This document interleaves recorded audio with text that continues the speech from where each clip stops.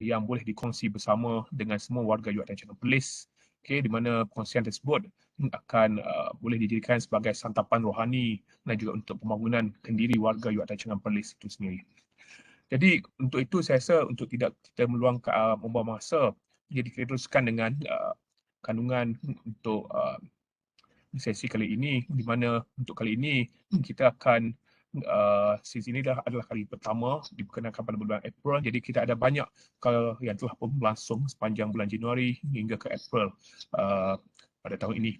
Jadi kita akan menyentuh beberapa perkara. Yang pertama berkaitan dengan tentang staf bersara, yang kedua tentang lapor diri staf baru, yang ketiga staf yang telah memperoleh PhD, kemudian yang keempat adalah info berkenaan dengan staf-staf yang telah mendapat kenaikan pangkat yang sekira sesuatu yang membanggakan untuk kita sebagai warga UiTM Changi Perlis dan seterusnya. Sedikit pelaporan tentang aktiviti program yang telah dijalankan sepanjang 3 ataupun 4 bulan pada tahun 2022. Okey, yang pertama tentang staf bersara wajib. Jadi kita ucapkan skala penghargaan kepada staf-staf berikut. Sini kita ada Encik Fauzi bin Yusof, itu pengawal keselamatan kanan. Kemudian Encik Khalid bin Ismail, pensyarah kanan daripada ACIS. Kemudian Tuan Haji Muhammad Idrus bin Syari, daripada pensyarah kanan daripada Fakulti Sains Gunaan. Terusnya Profesor Madya Dr. Muhammad Nazari bin Abu Bakar, iaitu pensyarah Profesor Madya daripada Fakulti Sains Gunaan. Dan kemudian Encik Halim bin Jaafar, itu pembantu awam di bahagian BPF. Dan seterusnya kita ada juga beberapa staf yang telah bersara secara pilihan, iaitu yang pertama Encik Syafirul Akmal Shahabuddin, itu kerana kanan di bahagian hardware akademik. Kemudian Profesor Madya Rohana binti Alias, iaitu pensyarah ataupun Profesor Madya di Fakulti Sains Komputer dan juga Matematik. Dan seterusnya Cik Faridah binti Osman, pensyarah kanan di UiTM Changi Perlis. Dan seterusnya kita mengucapkan selamat datang kepada beberapa staf yang telah melaporkan diri di UiTM Changi Perlis. Yang pertama Nur Farah Anim Abdul Jamal, iaitu pembantu pustakawan yang telah melapor diri pada 3 Januari 2022. Kemudian kita alu-alukan kepulangan semula lah, Puan Nur Aini Zainal, itu penolong pegawai sukan yang telah melapor diri pada 3 Januari 2022, di mana Puan Aini adalah sebelum ini merupakan staf di kampus UiTM Changi Perlis sebelum berpindah ke UiTM Changi Pulau Pinang dan kembali semula ke UiTM Changi Perlis untuk berkhidmat. Dan seterusnya kita ada penolong pendaftar unit hal ehwal Islam untuk UiTM Changi Perlis, iaitu Ustaz Muhammad Rizal Hanafi yang telah melapor diri pada 17 Januari 2022. Dan seterusnya Puan Malia binti Musa, iaitu pensyarah daripada Fakulti Agroteknologi yang telah melapor diri pada 2 Mac 2022. Seterusnya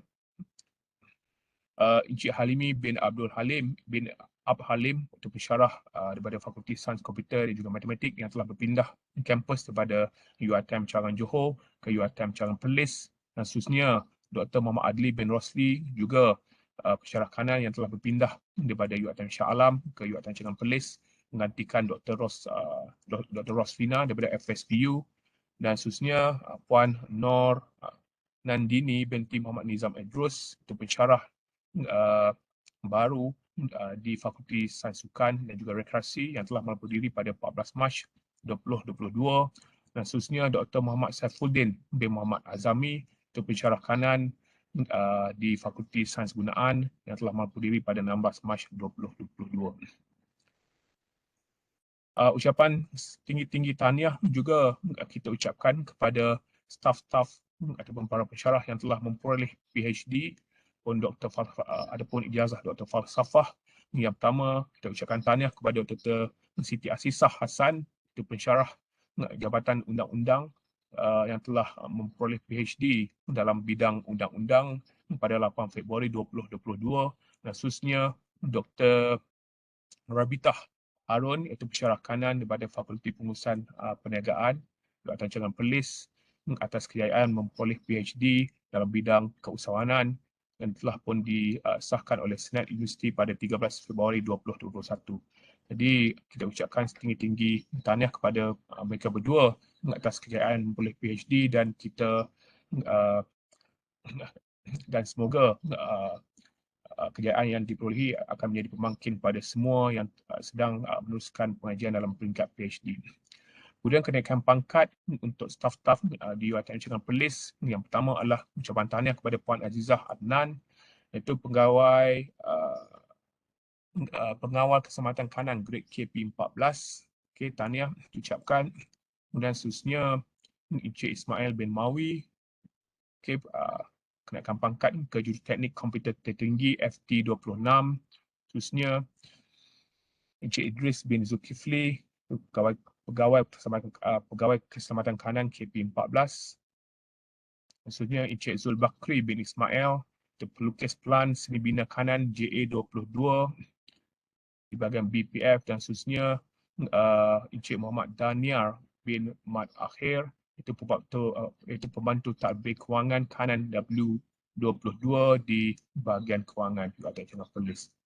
Seterusnya sekalung ini yang terbaru, sekalung tahniah diucapkan kepada Profesor Madya Dr. Ahmad Nizam bin Mat Nor, Timbalan Rektor Hal Ehwal Pelajar UiTM Cekungan Perlis atas kenaikan pangkat ke jawatan Profesor Madya DM54 kuasa pada 18 Mac 2022.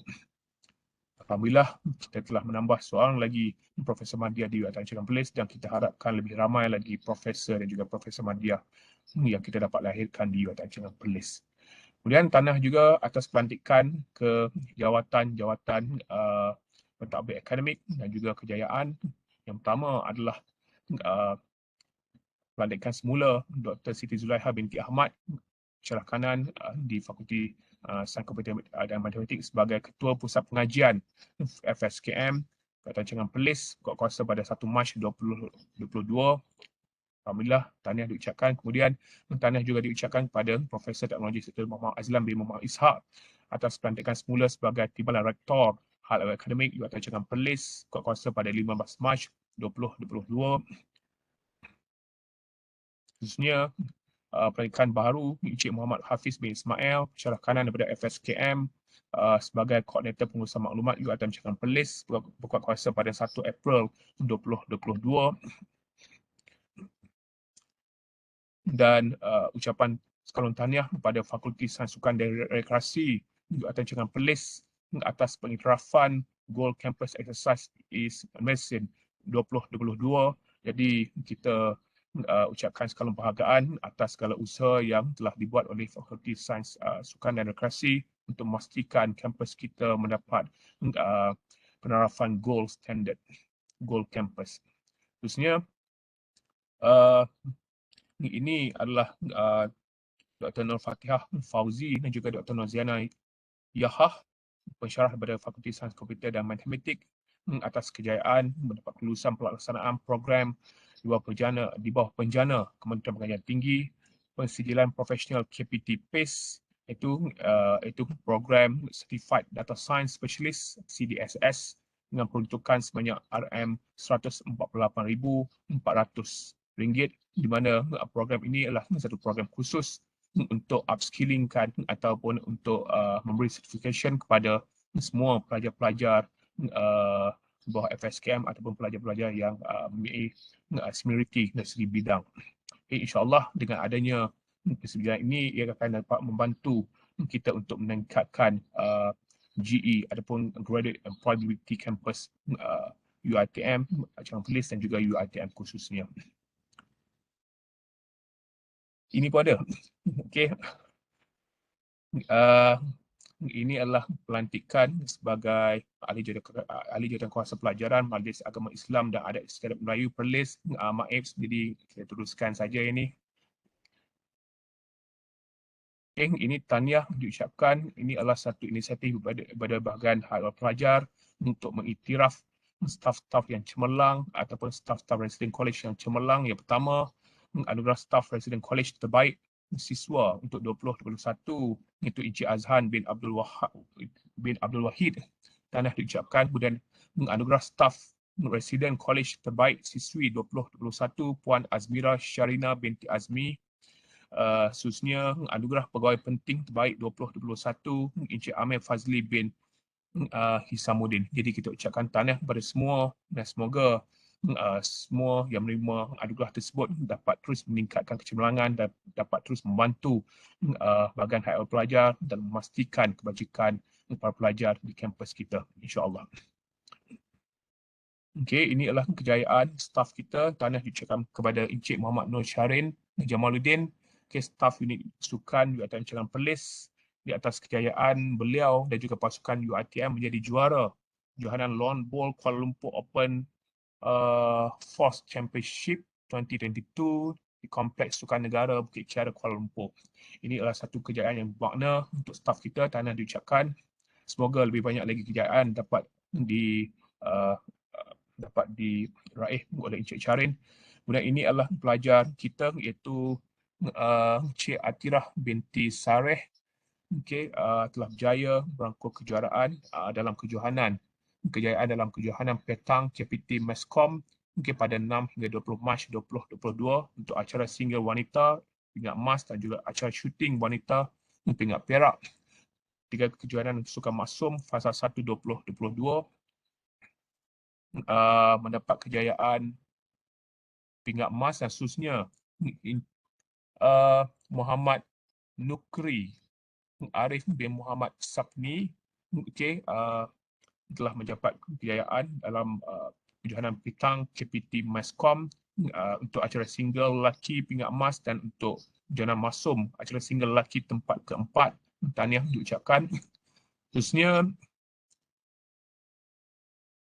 tahniah juga diucapkan kepada Encik Zainur Ikmal Maisarah binti Muhammad Nor yang telah berjaya meraih pingat emas untuk acara berpasukan wanita di kejohanan sukan maksum fasa 1 2022. Dan khususnya tahniah juga kepada Kristina binti Muhammad Rifal atas kejayaan meraih pingat perak dan juga pingat perak untuk acara single wanita dan juga acara berpasukan wanita di kejuaraan woodball KPT Meskom. Saya kira ini adalah kejayaan pelajar kita yang amat signifikan dengan kita dan diharapkan lebih banyak lagi kejayaan yang dapat diraih oleh para pelajar kita. Tidak kira dalam apa jua bidang. Dan kejayaan tersebut adalah sesuatu yang membanggakan pada saya sendiri sebagai rektor UiTM Cawangan Perlis dan juga sudah tentu pada seluruh warga UiTM Cawangan Perlis. Dan ini adalah kejayaan kita, para pensyarah kita di UiTM Cawangan Perlis yang telah berjaya dan juga bertegus lumus dalam memastikan kita dapat membuat permohonan sejumlah 104 permohonan FRJS 2022 yang bernilai 10,46,341. Ini adalah satu peningkatan yang amat ketara berbanding tahun lepas dan adalah diharapkan dengan sejumlah permohonan yang tinggi ini untuk tahun ini kita dapat memastikan kita terus kekal sebagai kampus nombor 1 dalam meraih grant FRJS untuk tahun 2022 insya-Allah. Kemudian ini adalah kejayaan dalam meraih grant penyelidikan. Yang pertama, Dr. Sharifah Karim Musairah dan juga pelajar selian Anis Farhana untuk grant GIP bernilai 18,000. Dan khususnya untuk pasukan penyelidik yang telah memperoleh grant industri daripada Geodetic Solutions dan Berhad nilai RM9,000 ketuai oleh Encik Muhammad Asrul bin Mustafar. Tahniah diucapkan. Khususnya ada juga untuk kumpulan penyelidik Strategic Research Partnership SRP untuk grant antarabangsa diketuai oleh saya sendiri untuk sejumlah grant diterima bernilai RM40,000 dan khususnya untuk grant SRP juga diketuai oleh Profesor Madya Dr. Razif bin Muhammad Nordin untuk sejumlah RM20,000. Khususnya juga grant SRP ataupun Strategic Research Partnership untuk diketuai oleh Profesor Madya Dr. Muhammad Fadli bin Yahya sebagai ketua untuk geran bernilai RM10,000 dan ini sekira agak terbaru iaitu geran Mardi bernilai RM15,000 yang diketuai oleh Profesor Madya Dr. Chua Si Seng. Tahniah diucapkan. Dan geran seterusnya adalah geran yang diperoleh oleh Encik Azlan bin Abdul Aziz selaku ketua yang telah memperoleh geran Alam Sekitar dan Teknologi Hijau Negeri Selangor bernilai RM5,000. Alhamdulillah, tahniah diucapkan. Okey, ini sedikit tentang program-program yang telah dijalankan di kampus kita sepanjang 3 ke 4 bulan untuk tahun 2022. Untuk masa kini kita Rektor Jabatan Cawangan Polis sedang berpergian untuk turun berjumpa dengan seberapa ramai staf-staf Jabatan Cawangan Polis, tujuan untuk mendekati dan juga menyelami dan juga mendapatkan input-input yang boleh digunakan pakai untuk kita terus memajukan Jabatan Cawangan Polis. Jadi sehingga sekarang kita telah pergi ke sejumlah telah menjalankan sejumlah anti semalam kalau tak salah saya sehingga ke unit bendahari. Okey, walkabout yang siri ke-12 di unit bendahari dan insya-Allah khususnya kita akan terus ke unit makmal, unit kenderaan, unit pentadbiran dan juga unit dan juga PJI kalau tak salah untuk siri yang ke-16. Okey, dan khususnya kita akan turut membuat si walkabout dengan EO dan juga AR. Okey, di Jabatan Cawangan Polis dan ini adalah aktiviti yang terbaru kampus di mana kita telah terlibat sebagai salah sebuah institusi yang telah menjadi host untuk majlis iftar perdana IPT Perlis di mana seramai 15 staf dan juga 5 pelajar telah pun turut serta dan pelajar kita turut membuat persembahan di hadapan Duli Yang Maha Mulia Tuanku Raja Perlis dan juga Duli Yang Maha Mulia Duli Yang Teramat Mulia Tuanku Raja Muda Perlis. Okey, ini telah berlaku pada Ahad lepas dan ini adalah kunjungan hormat kepada Profesor Madya Dr. Rozaimi Ramli ataupun Dr. Rora di Kolej Universiti Islam Perlis. Kita mengharapkan dengan adanya kunjungan hormat sebegini kita akan dapat memastikan hubungan kita dengan entiti luar dapat diperbaiki, dapat ditambah baik dan juga dapat membantu kita untuk melestarikan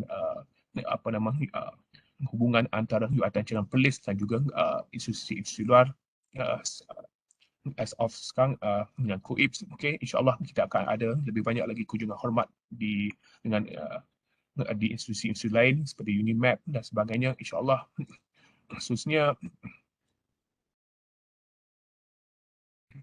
program yang dianjurkan oleh bahagian HCP dengan kerjasama Yadim, PTPM, IKAF dan juga JATI. Okey, program HCP Prihatin kita telah menyampaikan sumbangan kepada para pelajar non-resident.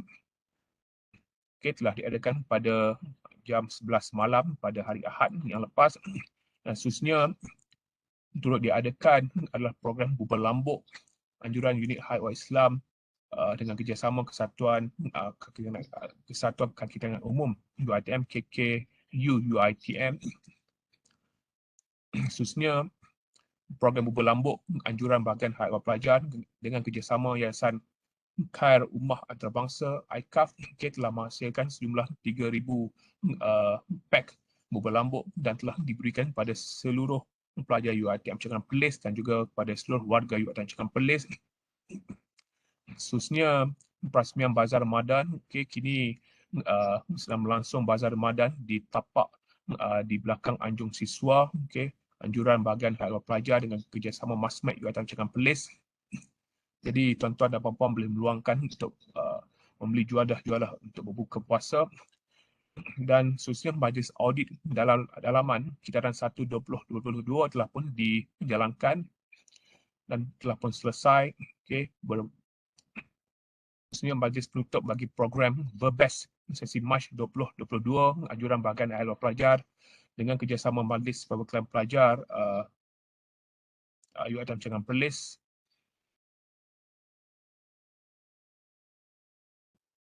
Khususnya majlis perasmian khusus NLP at Striving for Excellence telah diadakan pada bulan lepas. Anjuran bahagian pentadbiran UiTM Cawangan Polis mana program ini mengumpulkan staf-staf sokongan yang bertujuan untuk kita membantu staf-staf sokongan untuk membina sekolah motivasi dalam kerjaya mereka.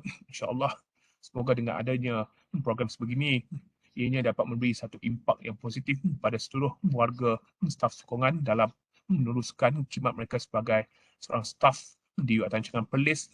Dan seterusnya, program 1213 Universiti Teknologi Muara, mana inilah satu program yang telah diadakan di seluruh sistem UiTM Tanjungan Perlis, anjuran UiTM, di seluruh sistem UiTM Malaysia, anjuran UiTM dengan Yayasan Hijau Malaysia. Dan seterusnya, istiadat pentauliahan Lieutenant Muda Kesatria UiTM siri 17-20-22, anjuran unit curriculum UiTM Tanjungan Perlis telah diadakan, mana kita telah mentauliahkan sejumlah 17 kalau tak salah saya, Lieutenant Muda Kesatria UiTM. Dan seterusnya, telah diadakan majlis amanat rektor UiTM Tanjungan Perlis pada 23 Mac 2022, di mana ini adalah amanat sulung saya selaku rektor UiTM Tanjungan Perlis, dan kita telah menampilkan beberapa amanat yang selari dengan misi dan juga visi UiTM, iaitu ke arah GRU ataupun Globally Renowned University 2025. Terdapat 7 tujahan yang telah disampaikan, jadi kita mohon semua warga keluarga UiTM Tanjungan Perlis untuk menghayati amanat yang telah disampaikan untuk memulihkan kita bergerak bersama ke arah satu keluarga UiTM Tanjungan Perlis yang lebih gemilang, insyaAllah. Khususnya, Majlis Pembarisan Tamat Latihan Intensif Bakal Komander Kesatria Zon Utara siri 57 2022 telah diadakan, dianjurkan oleh unit curriculum dengan kerjasama Majlis Perwakilan Komander Kesatria MPKK Batalion 4. Dan khususnya, ini adalah lawatan kerja yang telah diadakan bersama dengan penolong Naib Chancellor Masmed, iaitu Prof Samad, dan juga Timbalan Naib Chancellor ICAN, iaitu Prof Allahu Akbar. Dan juga Timbalan Naib Chancellor ICAN, dan telah diadakan pada bulan lepas. Alhamdulillah, kita telah melihat beberapa projek yang berpotensi untuk kita kembangkan demi untuk memastikan kita dapat membantu pembangunan komuniti sama ada di Perlis dan juga di Kedah. InsyaAllah ada 2 projek di sini yang boleh dikembangkan, diketuai oleh Encik Jamil Tajam dan juga pasukan daripada FSG, iaitu yang pertama adalah projek siput sudu ataupun muscle, dan seterusnya adalah projek latut. InsyaAllah kita dalam proses untuk mengembangkan projek ini supaya lebih berimpak kepada komuniti. Dan seterusnya, pada 10 Mac telah diadakan majlis penyerahan sumbangan pada mangsa banjir kepada 35 pelajar dan 5 kekitangan UiTM Tanjungan Perlis, anjuran ICAN, unit komunikasi korporat, bahagian HCP dan juga bahagian bendahari. Terima kasih diucapkan.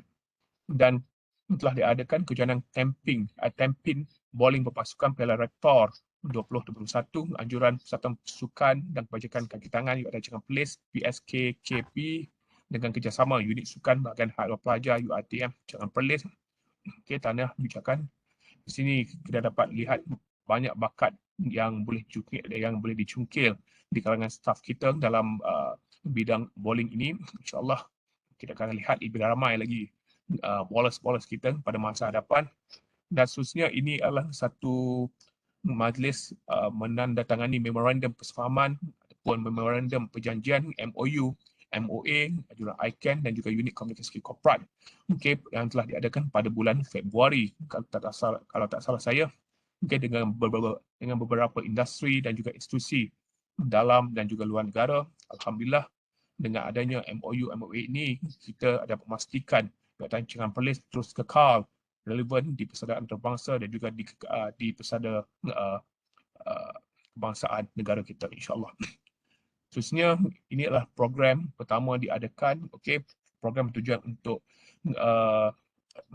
kita lihat hala tuju kampus dan juga merancang hala tuju kampus dan sebagainya. iaitu program strategizing towards GRU 2025 yang telah diadakan di Berjaya Hotel Penang, Pulau Pinang. Okey, anjuran bahagian transformasi universiti BTU diketuai oleh Dr. Nadia dan juga bahagian pentadbiran UiTM Changi Perlis. Okey, daripada sejumlah perancangan yang telah dibuat, itu telah pun digubal dalam amanat rektor dan telah disampaikan kepada semua warga UiTM Changi Perlis. Ini adalah majlis penghargaan kepada yang berbahagia mantan rektor kita, yang berbahagia Profesor Dr. Haji Kuzir Haji Ismail, dan juga sesi penyerahan tugas kepada rektor baharu, anjuran bahagian pentadbiran UiTM Changi Perlis. Terima kasih diucapkan atas penganjuran dan kejuaraan Wubal Piala Rektor UiTM Changi Perlis 2021, anjuran unit sukan bahagian hal pelajar UiTM Changi Perlis. Tahniah diucapkan atas penganjuran, dan saya kira lepas ini kita akan menggunakan sukan sebagai satu platform untuk kita meningkatkan bonding ataupun ukhuwah di antara warga UiTM Changi Perlis. InsyaAllah selepas hari raya nanti, insyaAllah kita akan adakan majlis jamuan raya UiTM Changi Perlis, dan juga kita akan hidupkan semula sukan staff UiTM Changi Perlis yang akan dikenalikan oleh PSKK dan juga unit sukan, insyaAllah. Okey, seterusnya. Okey, itu saja saya rasa daripada saya. Mungkin sedikit quote yang mungkin boleh kita hayati. Mungkin di sini, let's work together as a team with one sole purpose in mind to make UiTM Changi Perlis better than it is now. Jadi di sini jelas saya tidak boleh bekerja secara sendirian. Saya perlukan sokongan dan juga bantuan daripada semua, untuk bekerja bersama-sama untuk memastikan kita dapat membangunkan UiTM Changi Perlis ke arah yang lebih gemilang dan juga terbilang, insyaAllah. Dengan itu saja saya rasa. Cuma sedikit makluman untuk semua hadirin dan juga hadirat, dan juga untuk semua warga UiTM Changi Perlis. Sekiranya ada apa-apa aktiviti dan juga apa-apa pemakluman yang ingin dibuat, bolehlah memajukan pemakluman tersebut kepada Dr. Fazli Amri untuk kita sediakan mungkin some sort of poster dan sebagainya. Dengan itu, sekian saja daripada saya. Selamat menjalani ibadah puasa kepada semua warga UiTM Changi Perlis. Assalamualaikum warahmatullahi wabarakatuh. Back to you, Hana Raya. Terima kasih Yang Berbahagia Rektor atas maklumat yang disampaikan sebentar tadi.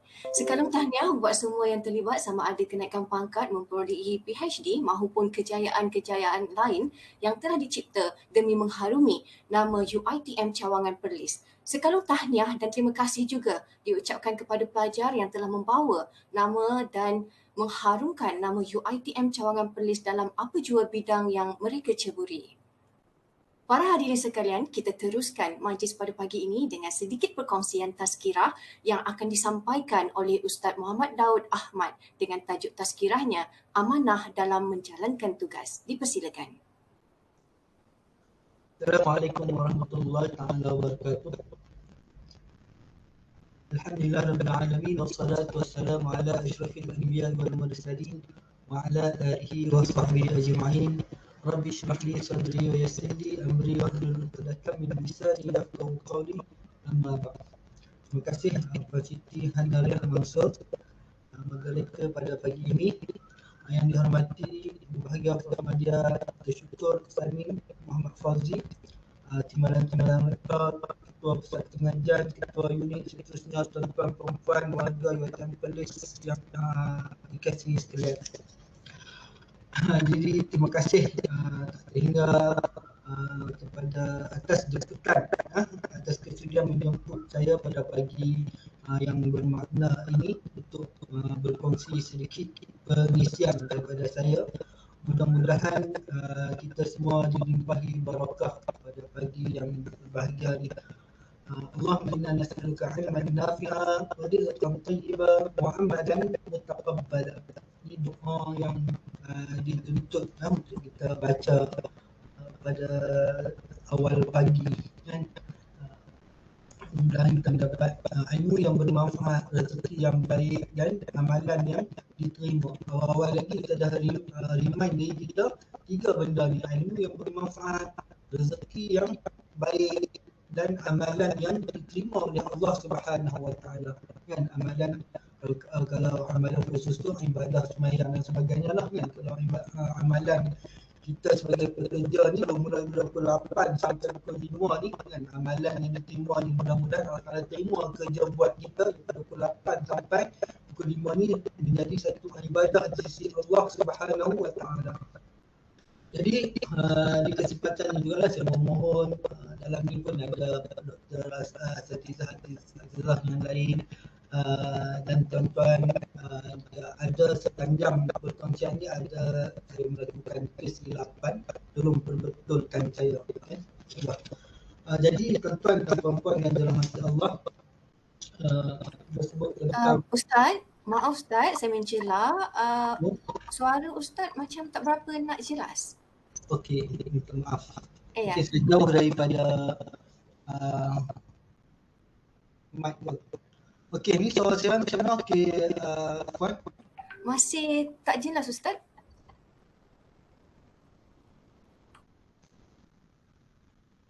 Tadi bila test dah okey tadi kan?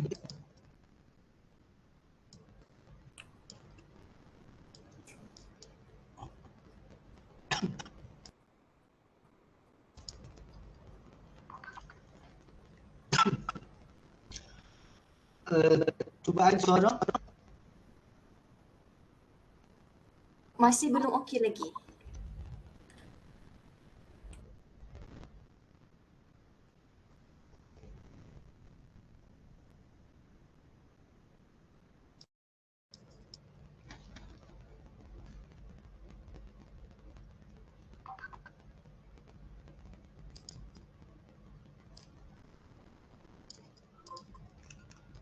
Mungkin teknikal lah, saya tak pasti pasal apa, sebab tadi dia di tempat saya dalam bilik ni soal-soal.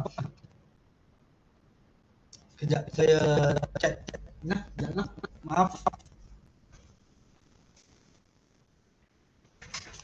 Masalah lain macam lain.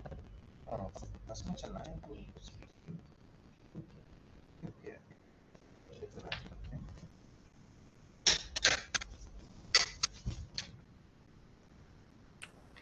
Atau mungkin Ustaz boleh live dulu kemudian masuk semula.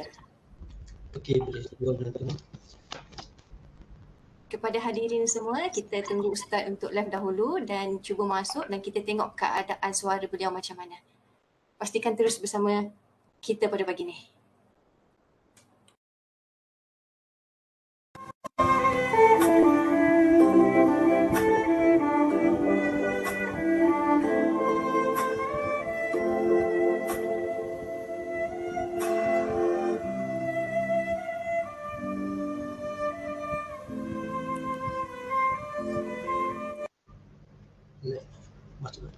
Soalan. Cubaan suara? Okey Ustaz, clear Ustaz. Boleh teruskan. Alhamdulillah. Okay, Alhamdulillah. Okey, mohon maaf tuan-tuan, mungkin daripada kesilapan saya lah, mungkin kesilapan teknik. Okey, sambung balik tadi, kita nak berkaitan dengan tajuk hari ni, amanah dalam menjalankan tugas kan. Saya ada study sikit beberapa kertas kerja dan saya menggunakan sebuah buku yang saya rasa buku ni saya boleh share dengan tuan-tuan lah kan. Saya menggunakan buku Ensiklopedia Akhlak Rasulullah Sallallahu Alaihi Wasallam. Dan pada buku ni saya promote dulu lah, bukan saya tak jual buku ni kan. Saya rasa dalam kita nak memacu universiti kita kan, nanti saya akan sentuh lah dalam tu, dalam nak memacu universiti kita dalam mencapai universiti yang cemerlang ataupun universiti yang kata apa global universiti ni, salah satunya kita nak sediakan kata apa dalam buku di sini pembinaan syakhsiah dan akhlak staf kan. Jadi nak bina syakhsiah dan staf tu adalah dengan ilmu, dan kita nak lihat apa akhlak yang ditunjuk oleh Nabi SAW. Dan dalam buku ni ada 25 akhlak yang boleh kita terapkan dalam diri kita, bahkan kalau sebagai ketua unit tu ataupun ketua organisasi tu boleh gunakan buku ni untuk terap ataupun asah lagi ataupun sama-sama dapat manfaat dalam nak menyediakan orang kata apa membina saksiah staff tu sendiri. Okey. Bekerja, saya sambung balik bekerja merupakan satu amanah yang menuntut kekuatan mental, fizikal dan rohani seseorang. Bekerja dalam Islam merupakan perkara yang berkait rapat dengan etika dan moral untuk menghasilkan kerja yang berkualiti tadi kan, moral akhlak tadi kan yang kata dalam buku tadi ni, kerja yang berkualiti kerana di situlah kerja akan dinilai sebagai ibadah di sisi Allah Subhanahu Wa Taala. Yang kita minta wa amalan mutaqabbala dalam doa yang saya baca tadi kan, maknanya ibadah yang diterima di sisi Allah Subhanahu Wa Taala. Maknanya ibadah, bila ibadah kerja buat kita tu diterima sebagai ibadah, mestilah kerja yang berkualiti. Jadi teras kualiti dan cemerlang ni, teras nak mencapai kualiti dan cemerlang ni macam saya sebut tadi adalah pembinaan saksiah dan akhlak yang unggul dalam diri pekerja. Kalau universiti ni kita ada staff kita, sama ada staff sokongan ataupun universiti ni, mestilah ada pembinaan saksiah dan akhlak yang unggul dalam nak mencapai kecemerlangan. Jadi kita nak tengok berkaitan dengan tajuk hari ni, amanah. Apa dia amanah? Kan? Amanah membawa maksud sifat jujur yang ada pada diri seseorang yang menyebabkan dirinya boleh dipercayai. Menurut Syekh Muhammad Al-Ghazali pula dalam kitabnya Khuluq Al-Muslim, sifat amanah ialah sifat seseorang yang boleh memenuhi perkara-perkara yang bertanggungjawab, yang dipertanggungjawabkan kepadanya, dan tanggungjawab itu bakal dipersoalkan di hadapan Allah Subhanahu Wa Taala. Jadi amanah hari ini kita sebagai pekerja, amanah yang telah diberikan kepada kita, dan amanah itu akan dipersoalkan di hadapan Allah Subhanahu Wa Taala. Tanggung di dunia, dan bahasa mudahnya tanggung di dunia, jawab di akhirat. Kan? Apa yang berkaitan hal-hal yang berkaitan dengan pekerjaan kita, kita tanggung di dunia dan kita akan jawab di akhirat kelak. Jadi amanah ni juga manusia yang benar-benar dapat memikul amanah adalah manusia yang benar-benar memiliki kemuliaan.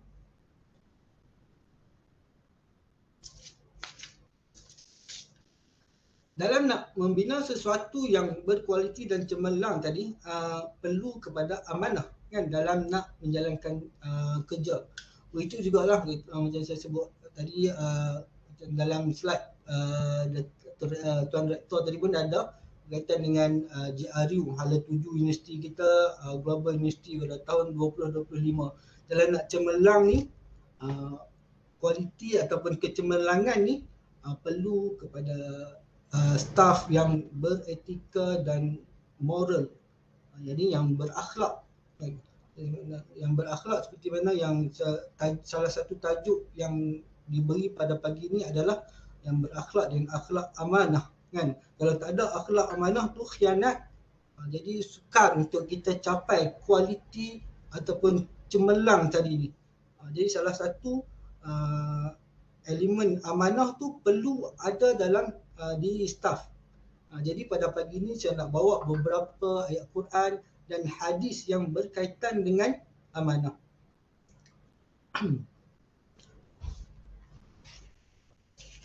Kalau kita tengok dalam Al-Quran, dalam surah An-Nisa ayat 58, A'udzubillahi minasyaitonirrajim. Innallaha ya'murukum an tu'addul amanati ila ahliha wa idza hakamtum bainan nas an tahkumu bil 'adl. Innallaha ni'ma ya'izukum bih. Innallaha kana sami'an basira. Sesungguhnya Allah menyuruh kamu supaya menyerahkan segala amanah kepada ahlinya yang berhak menerimanya. Dan apabila kamu menjalankan hukum antara manusia, Allah menyuruh kamu menghukum dengan adil. Dan sesungguhnya Allah dengan suruhannya itu memberi pengajaran yang sebaik-baik kepada kamu, Sesungguhnya Allah sentiasa maha mendengar lagi sentiasa maha melihat. Jadi amanah, nak bagi amanah ni dalam ayat ni menekankan untuk serahkan amanah tu kepada ahlinya, yang berhak menerimanya. Jadi apa yang saya suka nak share di sini adalah berkaitan dengan hadis yang saya bawa ni. Hadis menunaikan amanah dan ganjaran kepada orang yang menunaikan amanah. Sabda Nabi SAW yang bermaksud telah menceritakan kepadaku Abu Ayyub Al-Ansari berkata, Nabi SAW bersabda, salat 5 waktu Jumaat ke Jumaat berikutnya dan menunaikan amanah adalah penghapus dosa. Dalam hadis ni ada dua benda, salat 5 waktu Jumaat ke Jumaat kan, penghapus dosa. Dan yang keduanya adalah menunaikan amanah. Dan bila seseorang tu dia menunaikan amanah yang telah diberi kepada beliau, maka dalam hadis ni menceritakan adalah penghapus dosa. Menunaikan amanah tu ganjaran dia adalah penghapus dosa. Lepas tu aku bertanya, apa yang dimaksudkan dengan menunaikan amanah? Dalam hadis ni dia cerita apa maksud menunaikan amanah. Beliau menjawab, mandi janabah. Sesungguhnya di bawah setiap rambut itu terdapat janabah. Kenapa dalam hadis ni mengaitkan amanah dengan mandi junub? Orang belah tahun ni sebut mandi junub kan, mandi janabah. Hadis ini menunjukkan antara ciri-ciri amanah ialah orang yang thiqah. yang dipercayai. Dia juga membuktikan bahawa amanah tidak hanya berkisar berkenaan harta, pemerintahan, bekerja dan sebagainya. Malah ia juga terdapat dalam diri setiap manusia, yakni mandi janabah. Allah mengajar manusia supaya bertanggungjawab atas diri sendiri dengan menjaga amanah dalam mandi janabah yang tidak diketahui oleh sesiapa. Namun ia perlu dilaksanakan dengan betul dan amanah dengan diri sendiri. Jadi tuan-tuan yang dirahmati Allah, kan? Mandi janabah ni adalah berkaitan dengan amanah, kan? Berkaitan amanah, orang lain tak tahu kita ni berjanabah ke ataupun tak sebab tak nampak. Jadi atas dasar ilmu, atas dasar kepercayaan kita, kalau tak mandi janabah ni, ibadah tidak akan diterima, tertolak. Contohnya solat, kan? Sebabnya kita tak suci. Dan sebab tu dikaitkan dengan amanah. Hanya orang yang betul-betul amanah dengan diri sendiri, maka bila dia berjunub ataupun berjanabah, dan dia akan mandi walaupun orang lain tak nampak, tak tahu pun, kan, kecuali pasangan dia lah, kan, pasangan dia. Orang lain, bos tak nampak, kawan tak nampak, kalau dia tak mandi pun orang tak tahu, kan. Tapi disebabkan sifat amanah tadi ni, kan, dia mandi. Sebab apa? Dia yakin kalau dia tak mandi, ibadah dia tak diterima. Bila ibadah dia tak diterima, maka di akhirat sana banyak benda-benda yang dia akan dinilai ataupun diperhitungkan oleh Allah Subhanahu Wa Taala di mahsyar sana. Begitulah juga kan kita dalam pekerjaan kita, boleh sebut amanah dalam meneruskan, dalam menjalankan tugas, kan. Kalau mandi janabah tadi kita buat sebab kita yakin ibadah kita takkan diterima ataupun tertolak sebab kita tak mandi janabah tadi. Itulah dalam pekerjaan kita ni.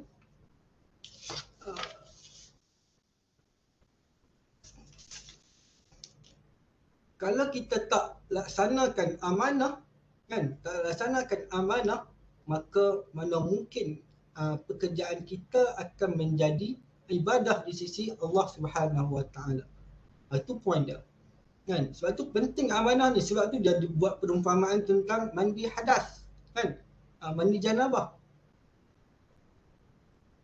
Di sini walaupun dalam pekerjaan kita tak tunaikan amanah, tak ada orang tahu, contohnya kita mengulat, kan, kita curi, kita mengulat ataupun kita ambil sesuatu daripada harta UiTM contohnya dan sebagainya, orang tak nampak, kan. Pada kita yang rasa kita tak nampak, tapi ada yang nampak, kan. Tapi di sini, kan, kalau ada kepercayaan, keimanan dalam diri itu, kan, bahawa kalau kita tak tunaikan amanah kerja kita, kan, yang berlandaskan skop kerja kita, JD kita kan, senarai tugas kita tu, maknanya Allah Ta'ala nampak, Allah Ta'ala akan balas, Allah Ta'ala akan perhitungkan di yaumul mahsyar kelak kan. Maka kalau dengan keimanan tu, kalau anda kita tak tunaikan amanah, kita akan dipertanggungjawabkan di pada mahsyar nanti. Maka kita buat sehabis mungkin. Sebab apa? Kita yakin Allah Ta'ala maha melihat, Allah Ta'ala maha menghukum. Dengan sebab keimanan tadi, sepertilah juga tadi mandi hadas tadi kan. Kita yakin kalau kita tak mandi hadas, dosa amalan kita tak diterima, ataupun ibadah kita tak diterima oleh Allah Subhanahu Wa Taala. Ini satu orang kata perumpamaan, satu hadis ni bawa cukup cantik kan. Kita tengok pasal apa nak bawa amanah dikaitkan dengan mandi janabah kan. Rupanya bila kita compare dengan pekerjaan kita dan sebagainya, ada kaitan kan. Jadi itu pentingnya kita faham hadis yang dibawakan ni kan.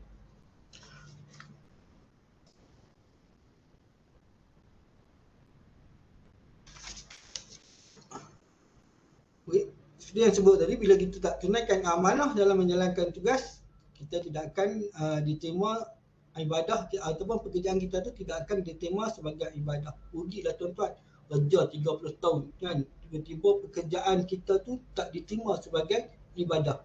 Walhal kita dijadikan wama khalaqtul jinna wal ins illa liya'budun, tidak aku jadikan jin dan manusia melainkan untuk beribadah kepadaku kan. Ibadah bukan hanya di masjid, bukan hanya sembahyang, itu ibadah khusus lah kan. Seperti yang dalam yang 8 sampai pukul 5 ni, kenapa kita tak jadikan dia sebagai ibadah kan. Pukul 8, daripada pukul 8 sampai pukul 5, 8 jam setiap hari kan, kita fokus jadikan kerja kita tu sebagai ibadah.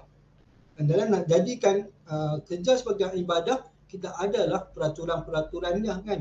Maknanya menunaikan amanah kan, bertanggungjawab dengan apa yang telah diberikan, berpandukan yang saya sebut tadi, amanah dengan JD kita kan, amanah dengan harta benda universiti kan, amanah dengan orang kata apa, staf bawah selian kalau kita ni bos kan, kalau kita ni orang kata apa, ketua, amanah dengan staf kita, waktu bekerja kan, dan sebagainya. Jadi bila sebut amanah ni, saya nak bawa satu kisah kan, ada 5 minit saya nak bawa satu kisah, kisah Umar Al-Khattab kan, Khalifah Ar-Rasyidin. Pada suatu hari Sayyidina Ali bin Abi Talib kan melihat Sayyidina Umar Al-Khattab menunggang kuda dengan laju. Lalu beliau bertanya kepada Sayyidina Umar akan hala tujunya. Sayyidina Umar menjawab bahawa beliau sebenarnya sedang mengejar seekor unta yang disedekahkan yang sudah lari. Ada orang sedekah unta kepada Sayyidina Umar. Kalau kita ni usahlah kan. Lalu Ali menyatakan bahawa perbuatan beliau akan merendahkan martabat para khalifah yang akan dilantik selepasnya nanti. Dia berarti ni lah, kalau kita nampak rektor duk cari, duk kejar orang apa besar terlepas kan. Lepas tu saya kata dekat rektor, rektor 20 kejar ni nanti jatuhlah martabat rektor yang akan datang kan. Takkan rektor kerja nak kejar apa besar, lebih kurang macam itulah. Lalu Ali menyatakan bahawa perbuatan beliau itu merendahkan martabat para khalifah yang akan dilantik selepasnya nanti dengan sebab Sayyidina Umar duk kejar unta tadi ni. Namun Umar menjawab, walau seekor kambing pun yang terlepas berlari ke pantai, maka aku juga akan dipersoalkan oleh Allah Subhanahu Wa Taala pada hari kiamat akan hal kambing itu. Sampai teratur sekali. Maknanya Umar kata walaupun kambing yang disedekahkan tu, walaupun dia hilang, Khalifah Umar juga akan dipersoalkan. Dia berkaitan dengan amanah kan. Jadi maknanya bagaimana kita nak uruskan amanah tu dengan sebaik mungkin. Tu sebenarnya yang nak disampaikan. Taklah sampai kita hari ni nak lari pergi kerja, nak suruh rektor pergi cari usaha hilang apa semua, tapi kita boleh buat yang sehabis terbaik kan. Kerja kualiti dia ni, kerja dengan penuh berkualiti. Bagaimana kita nak rancang untuk jadikan pekerjaan yang berkualiti ni, nak jaga kandang busa, nak jaga busa supaya tak terlepas kan, menggunakan kaedah-kaedah inovasi yang terkini kan. Jadi saya rasa sekadar tu dulu memang tak sempat banyak nak diceritakan, nak di-share dalam ni. Sebab tu saya kata setiap orang ketua ni bukan kata ketua di tempat kerja, ketua keluarga patut memiliki buku ni untuk dibacakan kepada ahli keluarga kita supaya dapat menerap dalam diri akhlak yang telah ditunjukkan oleh Nabi SAW. Sebab dia punya ni mudah kan, dia punya ada contoh-contoh daripada Quran dan hadis, ada kisah-kisah para sahabat. Jadi boleh buat ataupun kita namakan usrah lah, sama dalam jabatan masing-masing baca, mungkin boleh buat gilat-gilat baca setiap kita boleh pilih, sebab ada 25 sifat amanah akhlak daripada Nabi. Mungkin ambil satu sesi, ambil satu seorang baca, tu sesi lain pula seorang baca kan. Bila dah habis 25 ni, ulang balik supaya betul-betul yang orang kata apa, sebati akhlak Nabi tu dalam diri kita kan. Saya rasa sekadar tu dulu daripada saya, dan saya mohon maaf jika sepanjang penyampaian saya ni ada kekurangan ataupun tak sampai. Jadi saya rasa untuk lebih detail boleh bakat-bakat belilah. Saya sure sangat, saya pun seronok apa-apa yang saya disuruh sharing, saya guna buku ni saya. Sebab dia berkaitan dengan akhlak kan. Jadi nak capai Universiti Cemerlang tadi ataupun JRU 2025 ni, akhlak ataupun pembinaan insan ni cukup penting. Bermula dengan akhlak yang ditunjuk oleh Nabi SAW. Saya rasa sekadar tu dulu daripada saya. Sekian, wabillahi taufiq wal hidayah. Assalamualaikum warahmatullahi taala wabarakatuh. Ustaz, mungkin Ustaz boleh kongsikan sedikit apakah cara ataupun yang perlu kita pupuk dalam diri kita sebagai seorang pekerja dan juga sebagai seorang hamba Allah untuk kita terus kekal istiqamah untuk memikul amanah yang telah diberikan kepada kita. Mungkin Ustaz boleh kongsikan sedikit. Untuk istiqamah kan, untuk istiqamah dalam nak memikul amanah dalam yang pertama, saya rasa kita perlu faham amanah tu akan dipertanggungjawabkan kepada kita di hadapan Allah Subhanahu Wa Taala di yaumul mahsyar kelak kan. Bila kita mati dan sebagainya, kita akan bila dikumpul kita di mahsyar, kita akan dipertanggungjawabkan. Seperti mana cerita Sayyidina Umar tadi kan, hatta berkaitan dengan kambing ataupun unta tadi ni yang hilang, Sayyidina Umar mengambil berat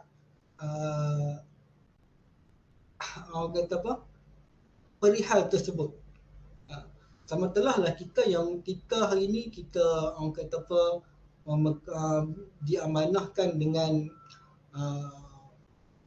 satu aset universiti kan, yang berat.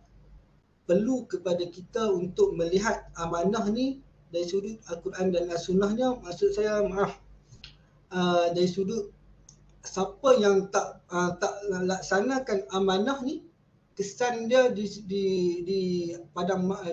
hari kiamat ni macam mana. Siapa yang melaksanakan amanah ni, dia akan dapat contohnya mana, siapa yang menunaikan amanah, penghapus dosa kan. Walaupun dia main kerja pukul 8, pukul 5 tu dia tunaikan amanah dia, kesan kepada diri dia adalah Allah Ta'ala hapus dosa dia kan. Kalau yang tidak tunaikan amanah pula, dia dicop sebagai pengkhianat. Dalam hadis yang lain mengatakan dia dicop sebagai pengkhianat. Jadi ada dua ni dalam Dalam kaedah dakwah ni dia ada targhib dan tarhib. Kita kena ada perasaan targhib dan tarhib. Maksudnya macam tu senang menjawab persoalan tadi ni. Di hadapan kita ada dua jalan. Saya selalu share ni. Di hadapan kita ada dua jalan. Sama ada jalan ke syurga ataupun jalan ke neraka. Kalau kita tak tunaikan amanah, kan kita dah tahu dalam amanah akan dipersoaljawabkan. Kita dah tahu jalan kita nak ke syurga ataupun ke neraka. Kalau kita tunaikan amanah tadi yang dikatakan penghapus dosa ni, tak akan dilihat kita menuju ke syurga. Dalam apa sahaja kerja buat kita, dua ni saja. Natijah akhir dia sama ada ke syurga ataupun ke neraka. Jadi saya rasa dua ni cukup dua benda ni kalau setiap pekerjaan kita ada dalam diri kita, insya-Allah kita akan berhati-hati. Sebab tu dalam ayat dalam Quran tadi, dalam ayat Quran yang lain dalam surah Al-Mu'minun kan, qad aflahal mu'minun, sesungguhnya telah berjayalah orang-orang yang beriman. Orang yang beriman ni bila dia nak buat sesuatu dia ada timbang tara dia. Orang Kedah kata timbang tara ni, dia buat benda ni natijah dia ke syurga ataupun ke neraka. Sekian daripada saya. Ustaz, boleh kita baca satu soalan daripada peserta kita? Satu je sebelum kita mengakhiri program kita pada pagi ni. Boleh. Kalau saya boleh jawab insya-Allah. Kalau tadi kita akan postpone. Soalan ni datangnya daripada Rabita Harun. Dia bertanyakan soalan, Ustaz, adakah kekurangan kita dalam melaksanakan amanah dengan sebaiknya dapat digantikan dengan perbanyakkan sedekah? Sedekah dalam bab yang lain, amanah adalah satu, orang kata apa, memang tanggungjawab kita untuk kita tunaikan. Tak boleh kita, sedekah tu satu ibadah yang lain kan.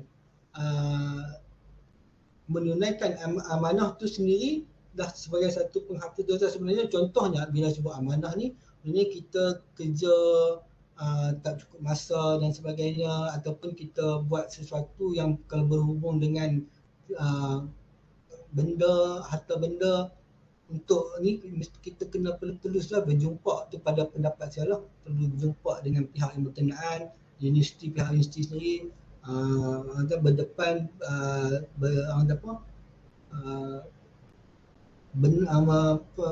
tulus ataupun bercakap benar lah kan, bercakap benar dalam nak mengatakan kita tak dapat nak menunaikan amanah yang telah diberikan, ataupun kata apa, dalam bahasanya ni berterus terang kan, berterus terang. Pada pendapat saya berterus terang tu adalah lebih utama. Di samping tu maknanya kita perbanyakkan istighfar, perbanyakkan berdoa supaya kita dapat menunaikan amanah. Sebab amanah ni berat kan, kalau kita tengok dalam ayat yang lain, amanah bila diturunkan kepada gunung dan sebagainya kan. Jadi kita sebagai manusia ni yang ambil amanah ni, maknanya hebatnya manusia tu kan. Cuma bila berat tu kita kena perlu berhati-hati, kena perlu ada perancangan kan, perlu ada strategi dalam nak melaksanakan amanah tu.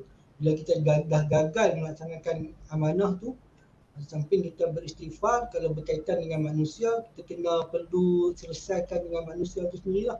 Kalau berkaitan dengan harta benda, kita kena perlu berjumpa kan. Kalau contohnya kita UiTM ni perlu berjumpa dengan pengurusan UiTM lah untuk selesaikan tu. Daripada pendapat saya secara spontan lah. Kalau anak lebih untuk ni mungkin kena perlu detail, kena buka kan, buka Quran ataupun hadis yang ataupun ada daripada asatizah yang lain yang boleh menjawab. Okey, terima kasih Ustaz Muhammad Daud atas perkongsian sebentar tadi. Ingatlah bahawa mengkhianati amanah adalah salah satu ciri munafik dalam amalan. Hadis daripada Abu Hurairah radhiyallahu anhu bahawa Rasulullah sallallahu alaihi wasallam bersabda, ada 3 tanda munafik. Apabila bercakap ia berbohong, apabila berjanji ia memungkirinya, dan apabila diberi amanah, ia khianati. Riwayat Al-Bukhari. Oleh yang demikian, kita hendaklah menjaga amanah yang diberikan dengan baik agar ia dapat mendorong kita untuk melakukan sesuatu kerja dengan lebih tekun dan bersungguh-sungguh sekaligus dapat menghasilkan kerja yang lebih berkualiti. Para hadirin sekalian, suka saya ingatkan agar semua peserta untuk mengisi kehadiran di link yang telah dikongsikan di ruangan chat. Sekali lagi, pihak majlis merakamkan jutaan terima kasih kepada Ustaz atas tazkirah yang diberikan sebentar tadi. Dengan berakhirnya sesi tazkirah sebentar tadi, maka berakhir sudah program signature Harum Manis Coffee Talk kita. Sekali lagi kami merakamkan jutaan terima kasih kepada anda semua kerana sudi hadir dan bersama-sama menjayakan program ini. InsyaAllah kita akan berjumpa lagi di bulan hadapan untuk siri yang kedua signature Harum Manis Coffee Talk. Pastikan terus setia untuk menyertai signature Harum Manis Coffee Talk untuk siri yang seterusnya. Semoga kita berjumpa lagi. Assalamualaikum. Bye-bye. Waalaikumsalam warahmatullahi wabarakatuh. Assalamualaikum warahmatullahi wabarakatuh. Epic gambar.